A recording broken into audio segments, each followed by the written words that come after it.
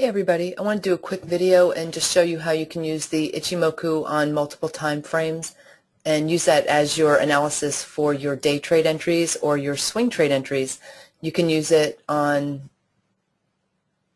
technique on any time frame, tick frame, range frame. I'll be doing a webinar on Thursday where I'll briefly go over the Ichimoku indicators, but I'll spend more time on the Ichimoku setups and using multiple time frames. And I'll also show you how you can use multiple time frames whether you're using Ichimoku or not.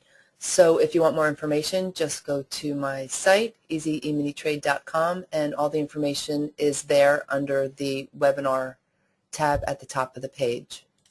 Okay, so I'm going to just quickly show you how you can use multiple time frames, and this is for day trading. As I said, you can do the same thing for swing trading. Instead of looking on the smaller charts, as I'm going to show you, you could use a weekly, a monthly, and a daily chart.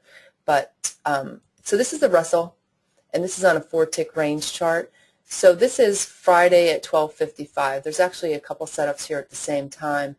We have a Chico line breakdown, and if you don't know much about the Ichimoku, at the time that this bar here was breaking this area of support, so was this Chico line, and that is a nice entry that we like to use for the Ichimoku using the Chico line breakdown or breakout. Also at the same time we have a counter channel sell setup.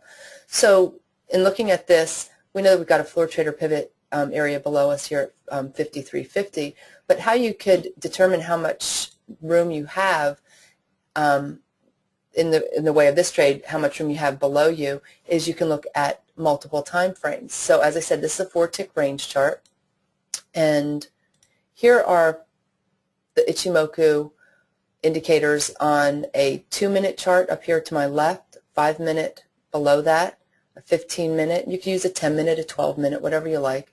Here's a 30-minute and a 60-minute. So when day trading, realistically, you would probably just look at like a 2-minute, 5-minute, and 15-minute. You probably would not worry too much about the 30 or 60, but you could use them all.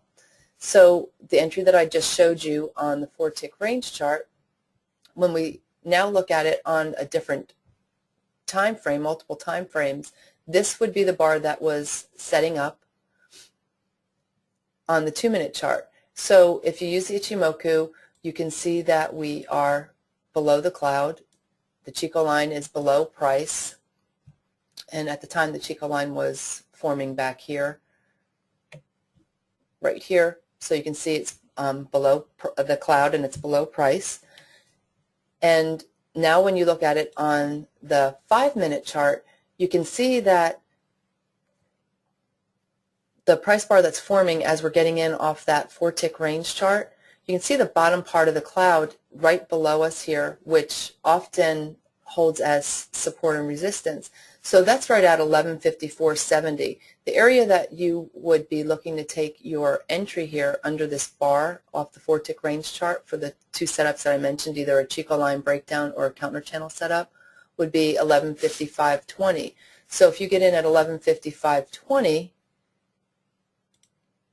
and you look at this 5-minute chart and you can see this area of support where you might get stuck at, you could just say to yourself, okay, well, if I take that entry off the 4-tick range chart, I have to be aware that I've got support at 1154.70.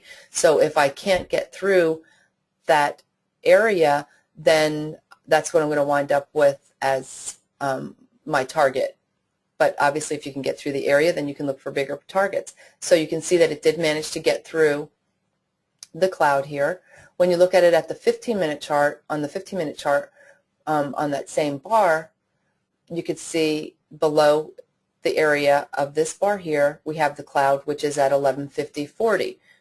Then on the 30-minute, 1149.60, and on the 60-minute, we've got this Kijun line, which is this pink line here, which often acts as support and resistance, and that's at 1152.90. Now, like I said, taking an entry off a smaller chart, you really don't even have to look at the 30 or 60. You could just use the 2, 5, and 15 if you like. So you take the entry, and again, you're being aware of the 54.70 area. Once you get through that, then you could then take your first target, move your stop to a tick better than your entry, and then try to trail for a runner. And you can trail off the smaller entry chart that you use. So once you get through this 5470 area, the next area that you'd likely be thinking about is this Kijun line on the 60-minute. Again, you don't have to use the 60 for taking entries off a small chart, but this is a great example. So if you get through the 5470 area, the next area that you would be looking at is the 5290 based on this Kijun line here. Then once you get through that 5290, the next area that you would be looking to get to would be the top cloud area on the cloud on the 15-minute chart, which is at 5040. Then if you can get through that, then you are looking at this 4960 area, the top part of the cloud on the 30-minute. Or if you're just going to stick to the 15 as your highest time frame that you're looking at, then you would look at the top cloud at 5040, and then you look at the lower part of the cloud here at, let's see what that is, I can't see past that, is 4980. And then if you can get through the 4980, then it's clear air below. Nothing to hold you up until you likely hit the previous day's close, which is right here on this 2-minute chart. So I hope that helps. It's a way that you can have targets out there and just know that if you have enough space or not to take the trade. If you don't have a lot of room, then you might pass on the trade, but at least if you do want to take it, you have an idea of where you might get hung up at. So this way you're not going in blind thinking, okay, I'm going to get a runner, and then let's say price hits this bottom part of the cloud here on the 5-minute and then bounces, and then you wind up with nothing on your trade. So I hope you find that helpful, and if you have any questions, feel free to shoot me an email, and hope to see you on Thursday.